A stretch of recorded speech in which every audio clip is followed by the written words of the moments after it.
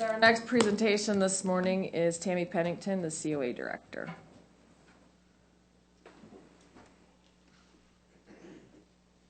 Good morning. Morning. I was sorry to hear about Bob. He was on our board of directors for a number of years and made a lot of contributions toward the programs that you see today at the Commission on Aging. So I wanted to start, I know you all received the document, the annual report, but I really wanted to start, sort of give you a taste for what's going on at the Commission on Aging and how we're accomplishing all of the great things that we're doing. And I want to start by talking about our highly qualified and talented staff. We have 32 staff members at the Commission on Aging. It's a pretty big department. And between the 32 staff members, they have an average tenure of 10.25 years. So it's a very tenured staff. We're very fortunate that people tend to stay for a long time, enjoy the work that they do. They are all residents of Berry County. One of the things that we really emphasize at the Commission on Aging is training for our staff. It's an important part of what we do, and annually all of our staff receive training in a variety of topics. At a minimum, they receive annual training in ethics, in health, safety, and welfare. This is all of the staff. Abuse, neglect, and exploitation of older adults and how to report suspicions of that. And then, of course, HIPAA privacy and confidentiality. So they're a very well-skilled staff. We have 4 nurses on staff, and all 4 of those have their up-to-date licensure. Our nurses' aides, we have 11 aides on staff. They're not required by the state of Michigan to have CINA licensure, but most of them do keep that up to date, even though it's not a requirement. All of our nurses' aides are registered with the state of Michigan to do Department of Health and Human Services and home help training, help home service. So all of them are registered to do that.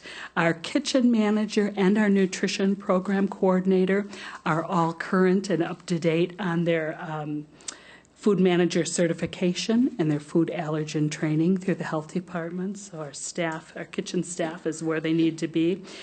We have 1 staff member and 7 volunteers who are all trained and certified through the state of Michigan to do Medicare, Medicaid counseling, which is a big program for us. And in order to keep that certification, they have to do 60 hours of face-to-face training with people about Medicare and Medicaid. They also have to attend a minimum of 2 trainings a year, and they have to take an annual exam in order to stay certified for that program. So there's a lot of training that goes with that. Our staff, for the past 10 years, we've won Outstanding Participation Awards through the Berry County United Way. We're very involved in that. Our volunteers, for the past 4 years, have won Everyday Heroes Awards. That's something that we nominate our volunteers to get those important awards through the Volunteer Center. And for the past 4 years, we have had winners with that program. And we're really proud of the fact that for 2018, it was awarded in 2019, but for 2018, our Meals on Wheels program did win the Community Impact Award from the Berry County Chamber of Commerce. So we're real proud of that. We have 20 active volunteers with Meals on Wheels. The whole city of Hastings is delivered with volunteers for the Meals on Wheels program. We're real proud of that cadre of volunteers. And then our senior center coordinator, Colleen Acker, not only wrote a successful grant application to the Berry Community Foundation this year to support our Art in Action program, but we were also selected to present that program at the National Council on Aging Conference, which will be held in June of this year in Washington, D.C. So we're real proud of the work that Colleen's done with that Art in Action program. So just a few things to start us off talking about what the staff has done. I believe very strongly that my role as a supervisor is to make sure that the staff is adequately trained, to make sure that they're caring and competent professionals, and then they'll do the work that needs to be done in making sure that the service is delivered in the proper manner. So as we move to the annual report, the statistics, I like the people stuff, but a lot of people like the statistics stuff. The annual report does give you the vision and mission, which is, of course, unchanged from previous years, and talks about our focus. And our focus continues to be decreasing isolation and loneliness. This is my number one concern with older adults. It's getting easier and easier with social media and 1,001 channels on my TV and Netflix. And the cold, cold winter, it's getting easier and easier to stay at home. There's so much. Now I think I can have food delivered by Uber. So it's just getting really easy to stay at home. So we really need to figure out what it is that will get people out of their homes and engaged in the community. We have some ideas, but the baby boomers are a different generation from what we have been serving traditionally. So decreasing isolation and loneliness, improving health and wellness, increasing supports to our caregivers, and supporting financial stability. And of course, those last two are really interrelated because caregivers are really and truly a savings to the community when they're caring for people in their homes that might otherwise be placed into institutional settings. So the home services that we provided, the first section, in-home services, we've done personal care, homemaking, respite care, and worked one of our focus areas with United Way this year because United Way does help fund our in-home services. And one of the things that we really intentionally set out to do was to increase the number of respite hours that we're doing. Respite care is in-the-home care for someone who has a debilitating disease such as stroke, Parkinson's,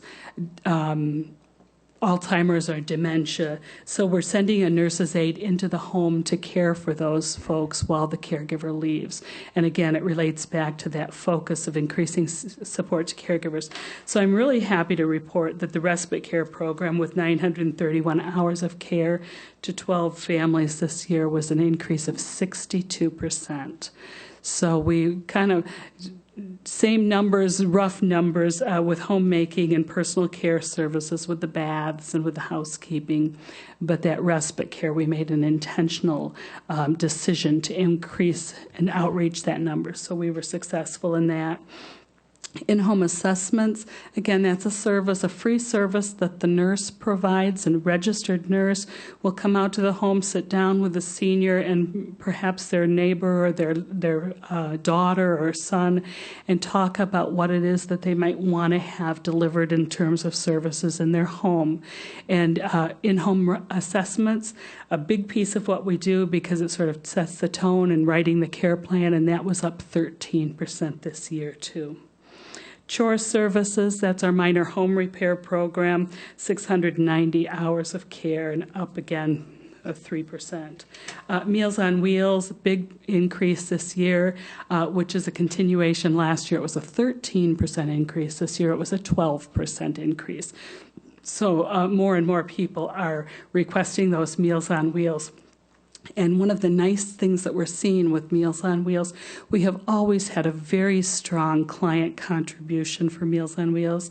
The Older Americans Act says that you can't charge folks to get a meal, but you can ask for a donation, and we have always been very blessed. God bless you, too. We've always been really blessed with our contributions for Meals on Wheels, but we're seeing more and more families who are stepping forward and saying, I want to pay for Mom's meals, or I want to pay for Aunt Lucille's meals. So that's a wonderful little development. We continue to do the Pet Meals on Wheels program, which is a partnership with the Berry County Humane Society. Congregate dining is a struggle for us. It was down this year. It continues to go down. It's a downward trend across the country. Again, people just are not getting out to those group activities. So we're looking at ways to try to improve that. And one of the things that we've done, of course, is that senior meal choice program, that restaurant dining program. So trying to get people, if you can't get out to a meal site, at least get out to a restaurant and have a meal. Our Market Fresh coupon program, almost 4,000 market coupons that we distributed this year. The COA board spends money. The state gives us a number of coupons, books for free, but then we spend additional money to purchase those because they're so popular. This year we're purchasing a few extra and going to try to do some additional outreach in the outlying areas. We go to some of the outlying areas. We're in Woodland, Nashville, Delton, giving out those coupon books at the Fresh Food Initiative, and we've got going to try to do some additional outreach to the Orangeville area this year. So if you turn over to the back side or scroll up, Adult Day Services. Again, Adult Day Service is a program that I hope you're familiar with, primarily for the Alzheimer's and dementia community.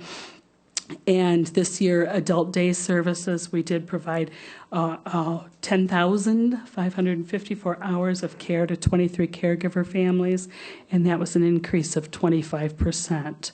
So in a program that's already overused, and we ration care in that program because we don't have enough square footage to house everybody, we were really surprised to see that we were able to accommodate a 25% increase, but that's just working closely with the families and saying, well, we don't have room for you on Tuesday, but could you come on Wednesday and maybe Friday, and sort of putting that puzzle piece together. I talked about the training with the Medicare Medicaid Assistance Program. Slight increase in that program, but that's a fabulous program. My husband, I'm going to out him right now. He turns 65 in May, and I am astounded at the number of telephone calls we get at the house from providers wanting to sell him a Medicare Advantage plan or a Medicare supplemental program. He can get 7 calls in a day. And we actually, the most horrendous thing that happened was that 2 people showed up at the door. And thank goodness Chuck was able to say, you know what, my wife, he has the line down, my wife works at the Commission on Aging and we're all set. But not everybody can say that to somebody who knocks on the door and wants to sell you something. So our Medicare, Medicaid assistance counselors are out there meeting at the Commission on Aging folks, sitting down at the computer and trying to figure out what the best plan is going to be, the most affordable for them, and they're not selling a particular plan. So great program, great service.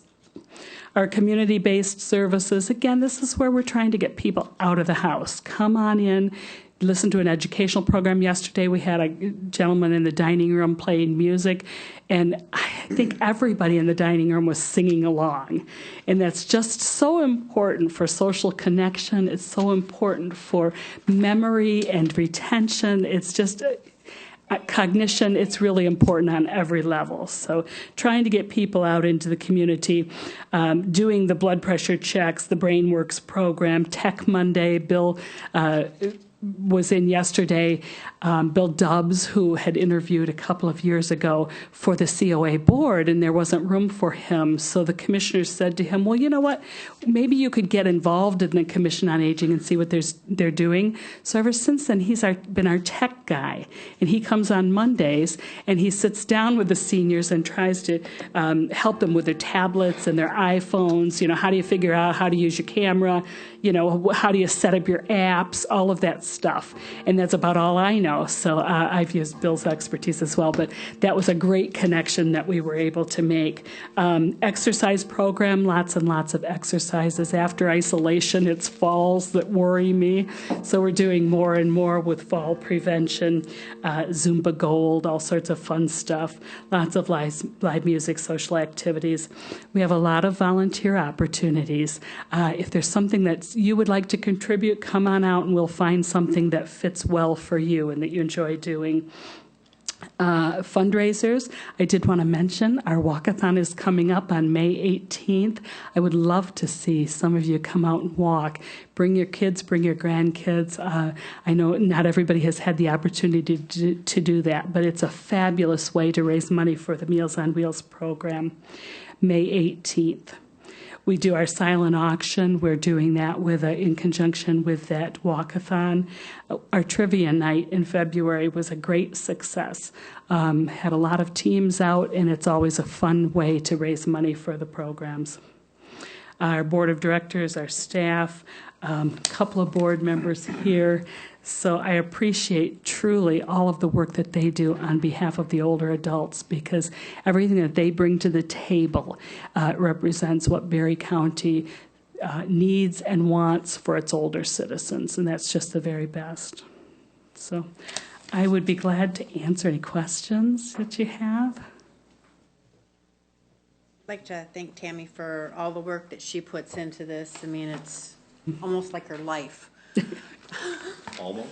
Aging is my life. I can affirm that. Well, I don't think it takes up all of her life. I hope not. But she puts a lot of time and effort into her position, and the COA runs very well. So, thank you very much, Tammy.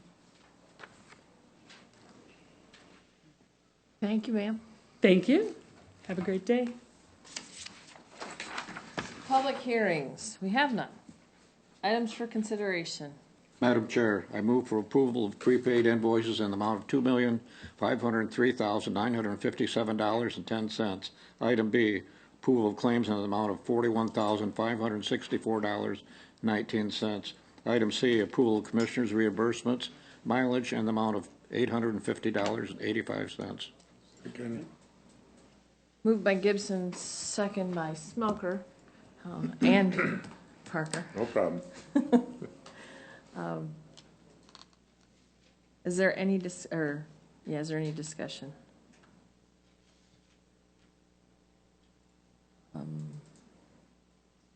Hearing none, the motion was to approve items for consideration, approval of transfers and disbursements, approval of prepaid invoices in the amount of $2,503,957.10, approval of claims in the amount of $41,564.19, and approval of commissioner reimbursements, mileage in the amount of $850.85. The clerk will call the roll. Tiger absent. Gibson? Yes. Jackson? Yes. Parker? Yes. Smelker? Yes. Connor? Yes. Wing? Yes. The items for consideration are approved. Unfinished business, we have none. New business, we have none. County Administrator's report. I'm all set, thank you. Thank you, sir. Chairperson's report. Seems like it's been a while since we've been here, because actually it has. So I hope everybody enjoyed their week off. Don't forget that there is a meeting this Thursday night at 7 o'clock at the Tyden Center to discuss the open space and ag preservation ordinance amendments. Other than that, meeting season is in full swing. I have Baltimore Township tonight and Johnstown Township tomorrow night. Charlton Park was last night. They are busy working on, today was the first day that the classrooms were going to be showing up for their field trips. So they will be busy, busy, busy for the next few weeks. Other than that, I don't have anything for you. Vice Chair's report. Thank you. I went to the Orangeville meeting last week. They are working on a bubbler ordinance. Bubblers are the things that you put in the water to keep ice away from docks and vessels that are still in the water. So they're working on that. They did a kind of a preliminary approval of the language and sent it to Jim McManus and their attorney to make sure that it is enforceable. So that's what Orangeville is doing. I also attended the Conservation District meeting. The director, Sarah Nelson, asked all of you commissioners to please stop out for the tree sale on April 26th, 9 to 5, and April 27th, 9 to 12 p.m., just to kind of see what goes on that day. If you're still interested in ordering trees, it would have to be online only, because they have to be submitted Wednesday. They're due, but online, she said they would go maybe another day or so after that. But they have to have all the orders in this week. So The website is, I had it circled here, www.berrycd.org, berrycd.org. So that's all I have. Thank you, ma'am. Commissioner Parker. Yeah, attended Thornapple Township meeting last night. Things seem to be rolling along there. They had some talk about fees and permits, fees and that. I think Allegan County is getting together for all of the 14 counties, I think it is, in SMART group, Southwest Michigan. I think they're compiling some information on fees for all the counties. So I don't know if we're going to try to go to a standard fee or not. But anyways, so I let them know about that. And then May 8th is the deadline for getting your grant applications in for the Parks and Rec grants that are coming up. And even the larger 2,000 and above only needs a 25% match. So it's a nice situation. We have 10,000 this year to use in that area. I really I'll get with somebody real quick on that, Sharon, for that was supposed to have all been done, all the corrections. So I apologize that it wasn't. And I'll talk to you after the meeting here. So, anything else is coming up tonight? Got the Village of Middleville. I know there'll be stuff going on over there. So, Commissioner Jackson. Thank you. Just getting started with the meeting cycle. I was at Hope Township last night. They hired a new ordinance enforcement officer and approved a 4-year plan for some Berry County road funding for gravel roads and improvements in there. Berry Township is tonight, Rutland is Wednesday, so economic development is Wednesday, so everything is getting rolling this week. So, Thank you, sir. Commissioner Smoker. Had Carlton and Village of Freeport last night. Village of Freeport's getting where they're rolling along real well and putting in for grants, which I'm glad to see. Also attended the MAC in Lansing, and along with most of the rest of you. And I found out that coming out of most of those breakout sessions that each one could raise my blood pressure. So that's about all I have. Commissioner Gibson. I'm good. All right. Well, yeah, we did go to the MAC conference last week, Yes. or 2 weeks ago already. Learned lots and had the honor of listening to the governor speak briefly. And that's all I'm going to say about that. So, at this time, any member, it's limited public comment. Any member of the public who wishes to address the board may do so for up to 3 minutes.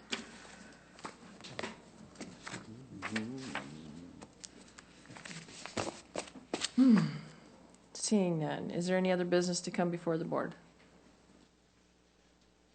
All right, there being no further business and without objection, the board will now adjourn.